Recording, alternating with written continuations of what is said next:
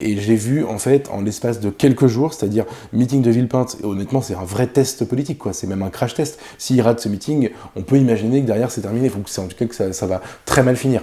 Et il le réussit. C'est de l'avis de tout le monde, d'un point de vue extérieur, ça ressemble à un grand meeting politique de droite, tel qu'on pu le faire dans les années précédentes. Fillon, Sarkozy, voilà, on a la même couleur.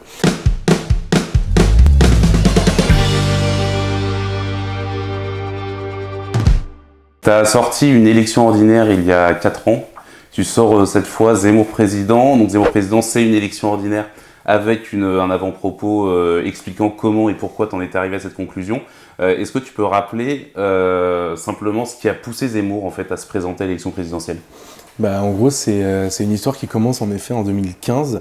La première fois que l'idée est évoquée, c'est deux copains, Philippe de Villiers, là, qui vient de le rallier, et Patrick Buisson, qui est un vieux camarade de combat, disons, qui lui disent en gros que la droite a perdu sa raison d'être, son électorat naturel, etc. Que Marine Le Pen ne pourra pas gagner puisque plafond de verre, et qu'ils ont fait tous les trois la même conclusion. Et puis ils lui disent toi t'es connu, t'occupes le terrain, tu défends ces idées-là, t'as un espace pour probablement tu devrais y aller. Et donc ça c'est le point de départ. Zemmour, c'est la première fois qu'on lui en parle, et en fait il y a eu de multiples éléments entre 2015 et maintenant qui sont allés dans ce sens-là. Donc moi quand j'apprends cette histoire, j'en fais en effet un roman, donc ça le travaille un petit peu, puis après il évoluera. En fait au début il est complètement contre, et puis après il se laisse un peu séduire, puis en même temps il trouve que c'est pas une bonne idée, puis il évolue, et on en arrive en fait à la période très récente où en gros il y a une lecture, il l'a d'ailleurs pas mal expliqué, il lit un livre de Jacques Bainville où il comprend que l'historien qu'il admire au soir de sa vie regrette en fait de ne pas s'être engagé en politique pour changer les choses, et d'en être resté au diagnostic et au constat. Et en fait Zemmour se dit j'ai pas envie de finir comme lui, j'ai pas envie de me dire j'aurais pu faire et j'ai rien fait. Donc en fait c'est le moment où s'enclenche dans sa tête, il y a d'autres éléments évidemment qui viendront compléter ça, mais s'enclenche dans sa tête le processus de se dire je vais être candidat à l'élection présidentielle, je vais essayer de gagner cette élection. Alors tu as déjà donné beaucoup d'interviews justement, tu racontes tout ça, c'est pour ça que ce qui va nous intéresser, ça va plutôt être Éric Zemmour candidat. Avant le meeting de Villepinte, il a connu une vraie descente dans les sondages. On va rappeler qu'il est quand même été monté jusqu'à 17-18% dans les sondages. Il est redescendu et il y a eu ce meeting de Villepinte. Est-ce que avant ce meeting, est-ce que tu t'es pas dit mince en fait finalement je me suis peut-être planté. En réalité ça va peut-être exploser en vol cette affaire. Alors j'ai pas vraiment eu le temps. J'ai vu exactement ce que tu viens de décrire, c'est-à-dire le mois de novembre a été un mois catastrophique pour lui à tout point de vue. C'est-à-dire que rien de ce qu'il a fait n'a marché. Il y a même eu des vrais échecs, le déplacement à Marseille, etc. Enfin on peut rentrer dans le détail. Moi je peux assez bien expliquer ce qui s'est passé. Et en fait je me disais pendant tout ce moment, je voyais ça de loin et je me disais il a une chance, c'est que ça arrive très tôt dans la campagne, et que donc c'est comme le principe d'un vaccin, sans vouloir me faire défendre le vaccin, mais c'est en gros ces anticorps se sont préparés à ce qui va pouvoir se passer par la suite. Il sait ce que c'est de rater 4 semaines de campagne, il a vu quelles avaient été ses erreurs, il les a analysées, il s'est mis à écouter un peu plus aussi ce que les gens lui disaient autour de lui, dans son entourage, des gens un peu extérieurs à la campagne, des politiques aussi qui voyaient ça de loin et qui trouvaient qu'en effet c'était pas une bonne séquence, et en fait il a redressé la barre à partir de Villepinte, en passant jusqu'à l'Arménie, en passant par l'émission politique, enfin l'émission Élysée 2022 sur France 2, où en gros je crois qu'il a corrigé l'essentiel des problèmes qu'on a vu à ce moment-là. Pour toi, il a réussi sa vie politique. C'est devenu un homme politique à part entière. Il a réussi à faire oublier que c'était un polémiste et un journaliste à la base. En fait, oui, et enfin moi j'ai été frappé vraiment parce que ça fait longtemps que je m'intéresse au sujet, que je regarde ça, et je voyais à peu près tout ce qu'il avait qui faisait pas candidat. Ne serait-ce que dans le look, dans la gestuelle, dans la manière de parler, et j'ai vu en fait en l'espace de quelques jours, c'est-à-dire meeting de Villepinte, et honnêtement c'est un vrai test politique, quoi. C'est même un crash test. S'il rate ce meeting, on peut imaginer que derrière c'est terminé. Il faut que c'est en tout cas que ça va très mal finir. Et il le réussit. C'est de l'avis de tout le monde, d'un point de vue extérieur, ça ressemble à un grand meeting politique de droite tel qu'on pu le faire dans les années précédentes. Fillon, Sarkozy, voilà, on a la même couleur. Et en fait, il y a un vrai enjeu pour lui à ce moment-là de faire sa mue entre sa déclaration de candidature et maintenant. C'est que en fait, je pense que la progression dans les sondages entre la fin du mois d'août et le début du mois de novembre, elle est due au fait que l'opinion le regarde en se disant tiens, quelqu'un qui va faire vaciller, turbuler le système, quelqu'un qui va nous libérer du duel un peu inéluctable Macron-Le Pen, quelqu'un qui va mettre des idées nouvelles dans la campagne, quelqu'un qui va obliger les autres à se positionner par rapport à lui, quelqu'un qui va agiter un peu le monde des idées, et enfin on va respirer parce que on sort de la torpeur générale. Il faut imaginer quand même qu'on a une situation, une équation politique qui est figée depuis des années et qui est un peu désespérante. 7 Français sur 10 n'en veulent pas, et en plus de ça, ça fait 2 ans qu'on parle de coronavirus toute la journée. Donc le mec arrive en disant autre chose, et tout à coup il se passe un truc. Et je pense qu'à ce moment-là, l'opinion le regarde en lui disant presque merci d'avoir apporté ça. Et donc il passe de 5 à 18% dans les sondages, parce que c'est ce que l'opinion lui demande inconsciemment. Et il y a un moment où en fait il s'installe à 18%, et surtout il s'installe dans un duel avec Emmanuel Macron, comme le candidat de droite qui sera potentiellement opposé face à lui au second tour. Et à mon avis, c'est du doigt mouillé ce que je dis, mais c'est comme ça que je l'ai ressenti, et puis en discutant beaucoup autour de moi, j'ai eu l'impression que c'est ça qui s'était passé. Quand tu deviens le candidat qui est qualifié au second tour face au président sortant, bah on te demande plus la même chose, on te demande tout à coup d'incarner potentiellement la fonction présidentielle. Ce que Zemmour ne faisait pas du tout. Il était dans une campagne très rentre-dedans, très clivante, presque troll par moments, etc. Oui, à tel point qu'il y a une partie de son équipe qui l'a lâché d'ailleurs à ce moment-là, je pense à Pierre Morin, qu'il a lâché en lui reprochant ça. Il lui a aussi reproché d'ailleurs, il lui a dit si tu continues comme ça, tu vas te prendre un effet de ciseau. Tes idées vont être récupérées soit par le candidat républicain et par Marine Le Pen, et en fait du coup tu vas disparaître et tu vas descendre à 7%. C'est un peu ce qui s'est passé d'ailleurs. La primaire de la droite, elle s'est jouée sur les thèmes de Zemmour. Marine Le Pen, elle s'est un peu reprise en main, elle a arrêté sa campagne sur les autoroutes et Liberté Chérie, elle a fait quelque chose de plus classique. Et donc c'est ça qui l'a guetté à ce moment-là, je suis absolument d'accord. Et donc l'enjeu pour moi de la semaine qu'on vient de vivre, des 10 jours qu'on vient de vivre, entre la déclaration de candidature où il devenait vraiment candidat et où il arrêtait d'être en promotion pour son livre, et aujourd'hui, c'est de montrer qu'il pouvait incarner cette fonction, et qu'il pouvait en tout cas incarner cette espèce de candidat de la droite rassemblée qu'il espère, qu'il prétend être. Et donc la déclaration de candidature, je pense, joue ce rôle-là. L'invitation aux 20h de TF1, même si elle a été beaucoup critiquée, en fait l'installe quand même dans un costume. Le meeting de Villepinte, évidemment, est peut-être le point d'orgue de cette séquence. Et après, il fait une émission politique qui est quand même très suivie, et qui est un peu aussi un test pour tous les candidats qui y passent. C'est-à-dire que quand tu rates cette émission, tu sors un peu du jeu, et quand tu l'as réussi, bah, quelque chose se passe. Faut pas oublier que Fillon a décollé dans la primaire de la droite après cette émission, parce qu'il avait vraiment fait une grande prestation, il avait été très bon. Et il termine par un voyage un peu officiel, civilisationnel, avec Philippe de Villiers en Arménie, avec des belles images, etc. Et je pense que voilà, là on vient de vivre l'espèce de mue du polémiste en candidat.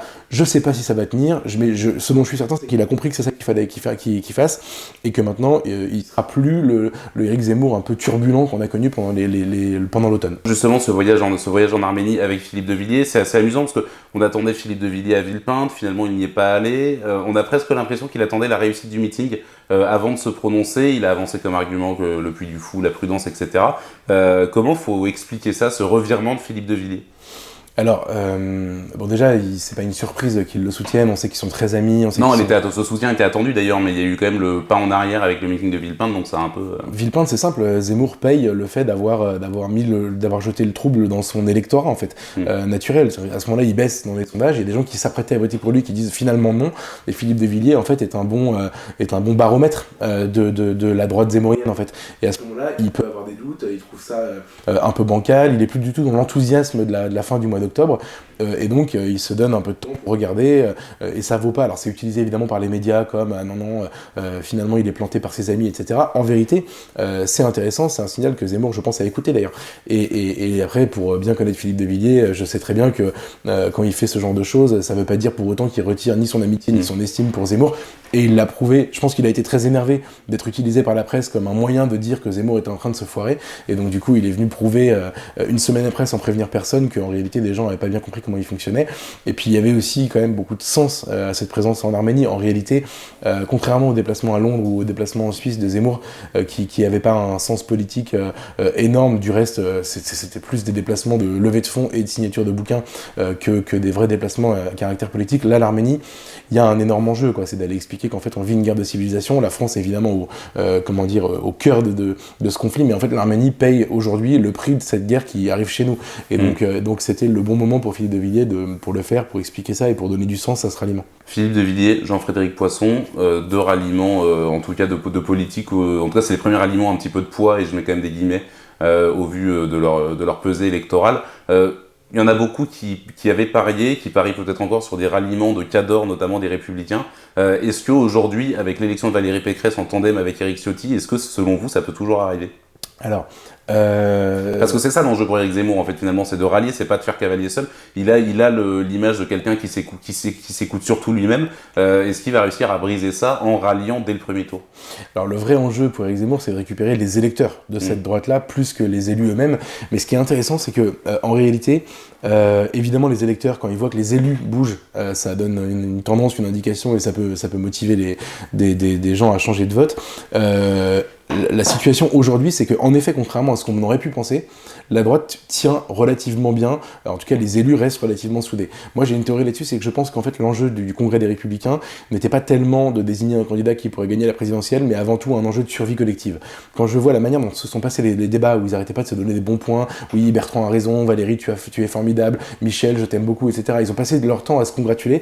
En fait, on voit que ils avaient tous plus envie de survivre collectivement que de gagner cette élection. Et d'ailleurs, quand ils ont perdu pour la plupart, il faut imaginer, Michel Barnier a vraiment cru qu'il allait gagner pendant quelques semaines, et il n'a rien dit. Xavier Bertrand se prépare depuis 10 ans à être président de la République, il a perdu à quelques milliers de voix près, et il s'est rangé immédiatement derrière Valérie Pécresse, sans faire état d'une quelconque rancœur, etc. Ce qui veut donc dire que la droite a réussi, pour une fois, on est loin du scénario Copé-Fillon, quoi, elle a réussi pour une fois à rester en ordre de bataille. La dynamique, c'est son instinct de survie, c'est pas Valérie Pécresse, en fait. En fait, c'est ça que je dis. Et maintenant, Valérie Pécresse, intelligemment, a compris que, vu le centre de gravité de la droite et vu la percée d'Éric Zemmour dans les sondages, il fallait absolument qu'elle retienne les électeurs qui pourraient être tentés par ce vote-là. Donc elle met en scène son tandem avec Ciotti, et Ciotti pour l'instant joue ce jeu-là. Moi j'ai pensé, le congrès aurait pu se passer différemment, et je sais que en gros, déjà parce que j'y suis avec eux, mais même idéologiquement, que la place de quelqu'un comme Éric Ciotti, la place de quelqu'un comme Guillaume Pelletier, comme François-Xavier Bellamy, comme Julien Aubert, etc., elle est beaucoup plus, s'ils sont cohérents politiquement, avec Éric Zemmour qu'avec Valérie Pécresse. Mais il faut constater qu'ils ne font pas ce choix. Donc ça veut dire quoi? Ça veut dire que... C'est un peu Alice au Pays des Merveilles, ça oui, s'ils étaient cohérents idéologiquement, ils feraient d'autres choses, mais c'est un peu le problème justement de la droite. Donc du coup, il faut expliquer pourquoi. C'est parce qu'en fait aujourd'hui, Zemmour n'a pas réussi à donner suffisamment d'arguments à ces gens-là pour qu'ils le rallient. Donc aujourd'hui, en fait, la raison pour laquelle Aubert, Bellamy, etc., Ciotti est resté au sein des Républicains, c'est parce qu'ils considèrent que Zemmour n'a aucune chance et que les Républicains, eux, peuvent battre Emmanuel Macron. Donc c'est ça qui est en train de se jouer en ce moment. Donc est-ce qu'il y aura des ralliements? Il y en aura quelques-uns, il n'y en aura pas beaucoup, et ils ne seront pas suffisamment significatifs pour qu'on dise Zemmour a pilonné la droite LR. Je ne sais pas quel impact ça aura sur les électeurs, mais je pense que la situation ne bougera plus beaucoup entre maintenant et le premier tour. Après la question c'est que feront ces gens entre le premier et le second tour si leur candidate est éliminée, et si l'affrontement se joue entre Zemmour et Emmanuel Macron, est-ce qu'ils feront comme la plupart des cadres des Républicains ont fait en 2017, à savoir soutenir Emmanuel Macron, ou est-ce qu'ils participeront à la reconstruction d'une autre droite, mais pour l'instant, enfin, on est à quelques mois du scrutin, c'est un peu de la politique fiction, il ne faut pas trop en faire. On dit toujours qu'il y a un candidat du système, à une époque on avait dit ça pour Emmanuel Macron, Alain Juppé, etc. Là, on s'attendrait de se dire que c'est Emmanuel Macron le candidat du système, est-ce que ce serait pas Valérie Pécresse? Est-ce que, parce on part toujours du principe qu'Emmanuel Macron va se représenter, c'est certain, etc. Pourquoi est-ce que Emmanuel Macron serait forcé d'être réélu? Est-ce que c'est pas Valérie Pécresse qui peut occuper ce socle, en fait?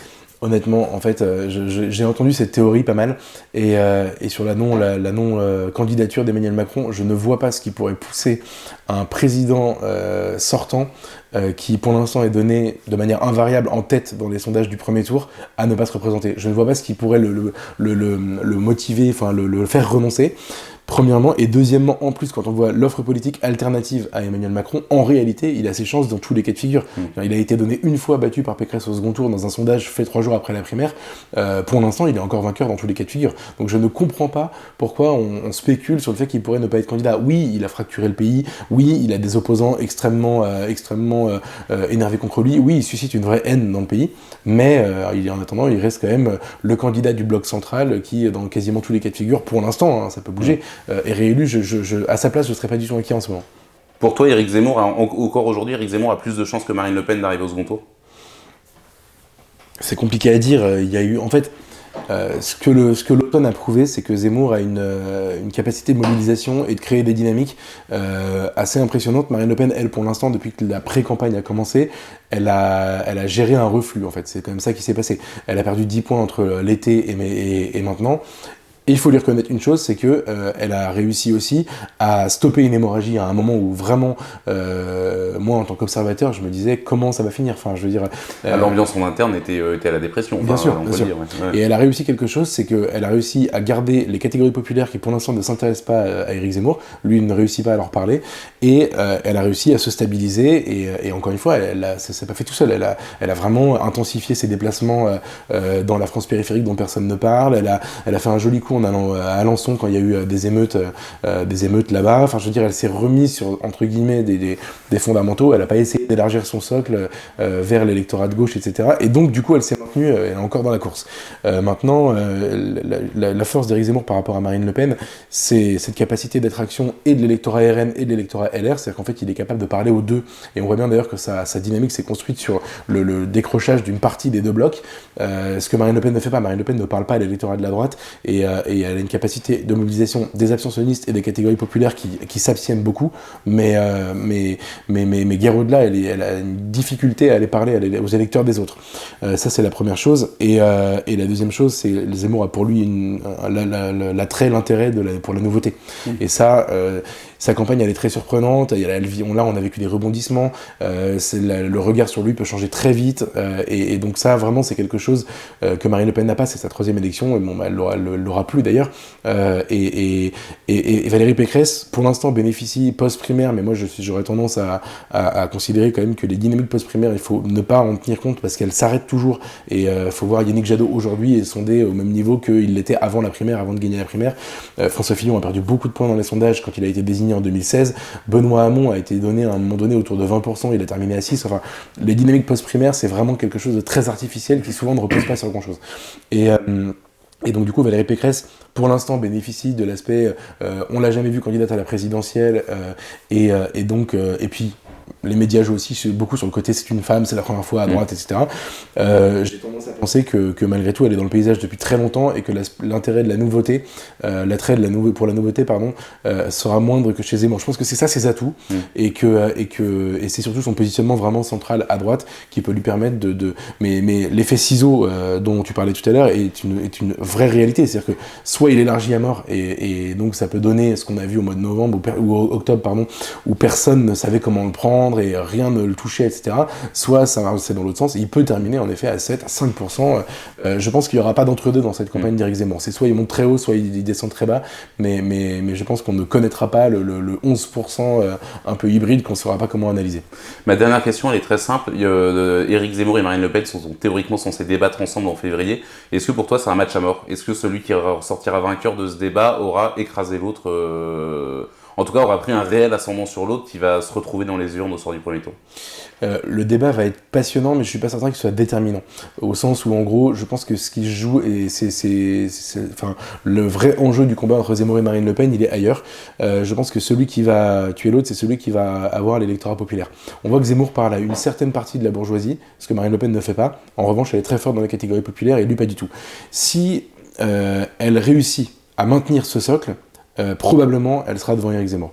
Si Éric Zemmour réussit à décrocher une partie de ce bloc qui pour l'instant soit s'abstient soit vote pour Marine Le Pen, alors à ce moment-là, je pense qu'elle ne pourra pas résister. Il a quelques leviers, d'ailleurs, s'il réussit à rallier Marion Maréchal, ça va l'aider, il a quelques leviers pour ça, mais... On te demande pas si ça va être le cas, d'ailleurs, parce que je pense que personne n'en sait rien, finalement, si Marion va le... Personne n'en sait rien, moi je lis, je la connais très bien, j'ai appris à décrypter ses déclarations publiques, ses silences. Et ses silences, quand elle ne dit rien pendant tout le mois de novembre, à l'heure où Éric Zemmour est en train de dégringoler, je pense que c'est une façon de ne pas l'enfoncer, et quand elle dit au moment où il est au maximum je soutiendrai le mieux placé, c'est une façon d'indiquer qu'elle pourrait le faire.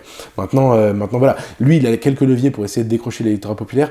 Le débat, disons que le débat va être passionnant pour tous les passionnés de politique, c'est mon cas. Le débat va être passionnant pour voir quel est le rapport de force et le rapport psychologique entre les deux, mais en réalité les catégories populaires vont être déterminantes, et si Zemmour réussit tout à coup dans son discours à leur parler et à leur proposer un projet qui leur parle, à ce moment-là, tout est possible pour lui. Si en revanche Marine Le Pen les garde, je pense qu'elle conservera son leadership, celui qu'on voit aujourd'hui en tout cas dans les sondages.